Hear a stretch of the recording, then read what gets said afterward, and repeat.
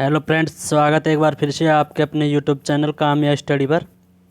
दोस्तों, इस वीडियो में 30 महत्वपूर्ण प्रश्न लिए गए हैं जो जनरल साइंस व जनरल अवेयरनेस के हैं। दोस्तों, वीडियो पसंद आए तो लाइक कर दीजिए, शेयर कर दीजिए और कमेंट कर दीजिए और चैनल को सब्सक्राइब कर दीजिए। लेंस जो किनारों की तुलना में बीच में पतले होते हैं उन्हें क्या कहा जाता है? दोस्तों, जो लेंस किनारों में की तुलना में बीच में पतले होते हैं उन्हें अवतल लेंस कहा जाता है। ऑप्शन ए इसका राइट आंसर होगा, अवतल लेंस। अवतल लेंस पर प्रतिबिंब सीधा व आभासी एवं वस्तु से छोटा बनता है।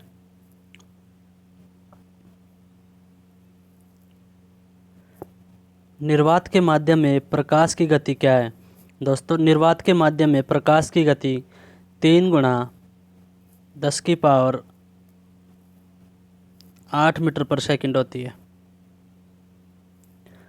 ऑप्शन बी इसका राइट आंसर होगा, 3 गुणा 10⁸ मीटर पर सेकंड।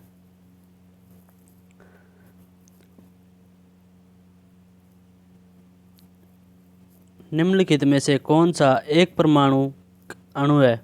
दोस्तों, कौन सा एक परमाणु अणु है? दोस्तों, हाइड्रोजन एक परमाणु अणु है। ऑप्शन बी इसका राइट आंसर होगा, हाइड्रोजन। वायुमंडल में निम्नलिखित में से कौन सी गैस न्यूनतम प्रतिशत है? वायुमंडल में न्यूनतम प्रतिशत कार्बन डाइऑक्साइड का है, 0.003%। ऑप्शन डी इसका राइट आंसर होगा, कार्बन डाइऑक्साइड। निम्नलिखित में से कौन सा रसायन अमोनियम जल के नाम से जाना जाता है? निम्न में से कौन सा रसायन अमोनियम जल के नाम से जाना जाता है? सांद्र नाइट्रिक एसिड को अमोनियम जल के नाम से जाना जाता है। ऑप्शन बी इसका राइट आंसर होगा, सांद्र नाइट्रिक एसिड। लेंस के प्रकाशीय केंद्र और प्रमुख फोकस के बीच की दूरी को क्या कहा जाता है? दोस्तों, लेंस के प्रकाशीय केंद्र और फोकस दूरी के बीच की दूरी को फोकल लंबाई कहा जाता है। ऑप्शन बी इसका राइट आंसर होगा, फोकल लंबाई।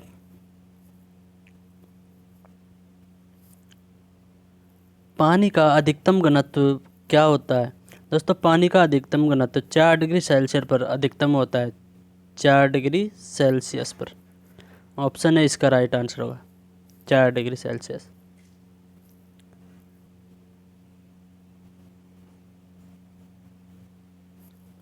भारतीय रिजर्व बैंक द्वारा जारी की गई करेंसी नोटों की महात्मा गांधी वाली श्रृंखला निम्नलिखित में से कौन सी है जिस पर संसद भवन निरूपित है?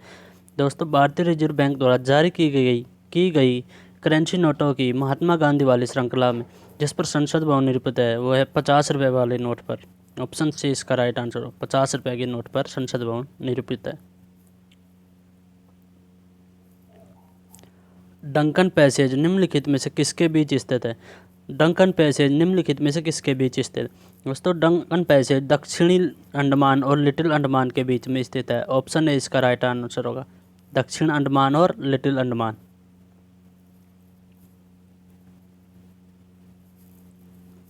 वन अनुसंधान संस्थान कहाँ स्थित है? वन अनुसंधान संस्थान देहरादून में स्थित है। ऑप्शन ए इसका राइट आंसर होगा, देहरादून में स्थित है। खुला बाजार प्रचलन क्या होता है? खुला बाजार प्रचलन एफआईआई द्वारा शेयरों की बिक्री होती है। ऑप्शन डी इसका राइट आंसर होगा, एफआईआई द्वारा शेयरों की बिक्री।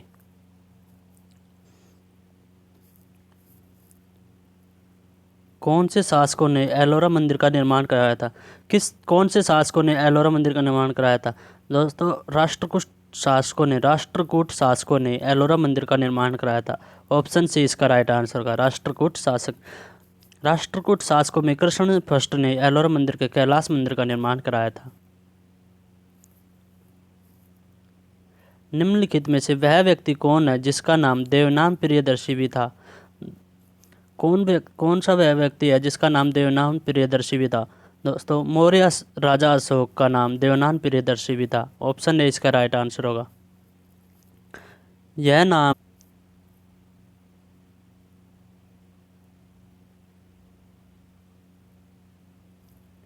निम्नलिखित में से पर्वत श्रेणी कौन सी है जो भारत में सबसे पुरानी है?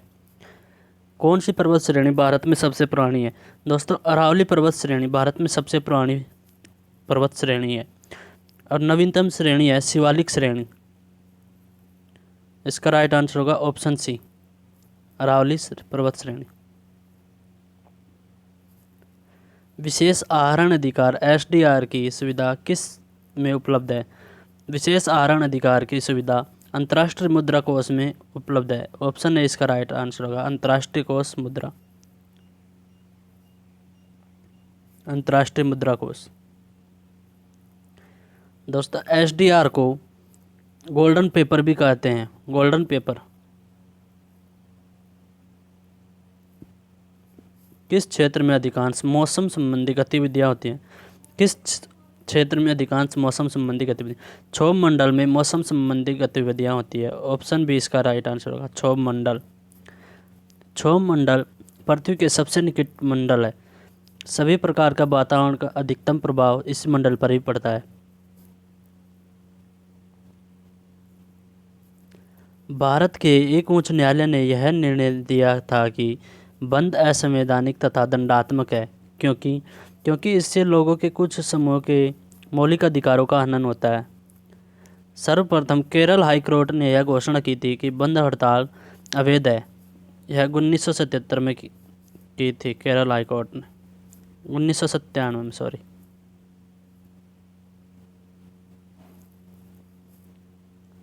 भारत का नियंत्रक महालेखा परीक्षक किसके लिए मुख्य लेखाकार तथा लेखा परीक्षक के रूप में काम करता है? संघ और राज्य सरकारों के लिए। ऑप्शन सी इसका राइट आंसर होगा संघ और राज्य सरकारों के लिए। निम्नलिखित देशों में से किस देश की सीमा अफगानिस्तान से नहीं लगती है? दोस्तों, अफगानिस्तान से जॉर्जिया की सीमा नहीं लगती है। ऑप्शन बी इसका राइट आंसर होगा जॉर्जिया। अफगानिस्तान की सीमा पाकिस्तान से भी मिलती है, जो डूरंड रेखा कहलाती है। डूरंड रेखा 1893 में निर्धारित की गई थी भारत और अफगानिस्तान के बीच।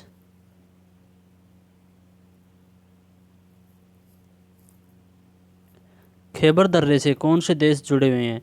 खैबर दर्रे से अफगानिस्तान और पाकिस्तान जुड़े हुए हैं। ऑप्शन सी इसका राइट आंसर होगा पाकिस्तान और अफगानिस्तान। भारत में सर्वप्रथम स्वर्ण मुद्राएं चलाने वाले शासक कौन थे? भारत में सर्वप्रथम स्वर्ण मुद्राएं चलाने वाले शासक थे भारतीय यूनानी। ऑप्शन बी इसका राइट आंसर है भारतीय यूनानी।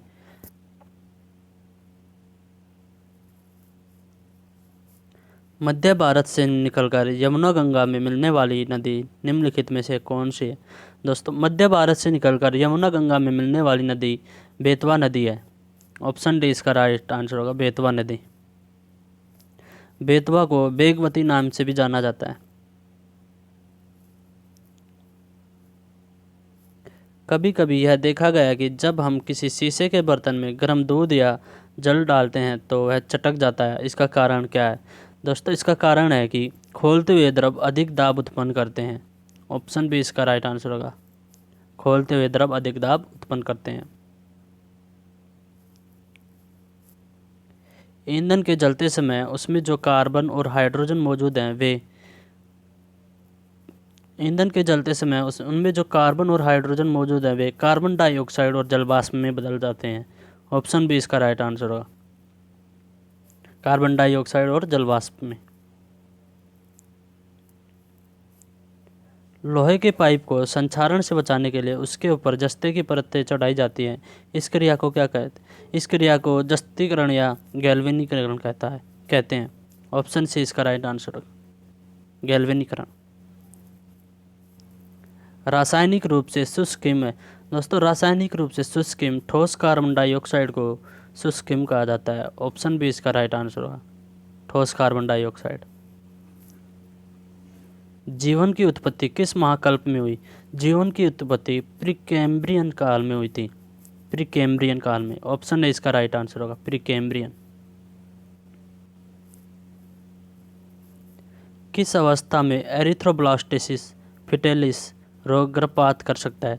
दोस्तों, किस अवस्था में एरिथ्रोब्लास्टोसिस और फिटेलिस रोग गर्भपात कर सकता है।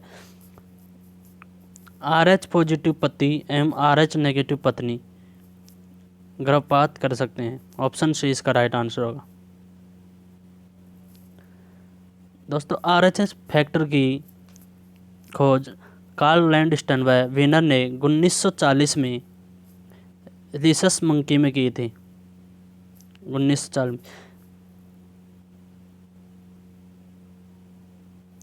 हीमोग्लोबिन में कौन सी धातु होती है? हीमोग्लोबिन में फेरस होती है, Fe प्लस। दोस्तों इसकी कमी से एनीमिया रोग हो जाता है, फेरस की कमी से। गुणसूत्रों पर जीनों की उपस्थिति का क्रम है। दोस्तों गुणसूत्रों पर जीनों की उपस्थिति का क्रम रेखाकार होता है। ऑप्शन सी इसका राइट आंसर है। दोस्तों वीडियो पसंद आए तो लाइक कर दीजिए, शेयर कर दीजिए और कमेंट कर दीजिए और चैनल को सब्सक्राइब कर बेल आइकन को ऑन कर दीजिए।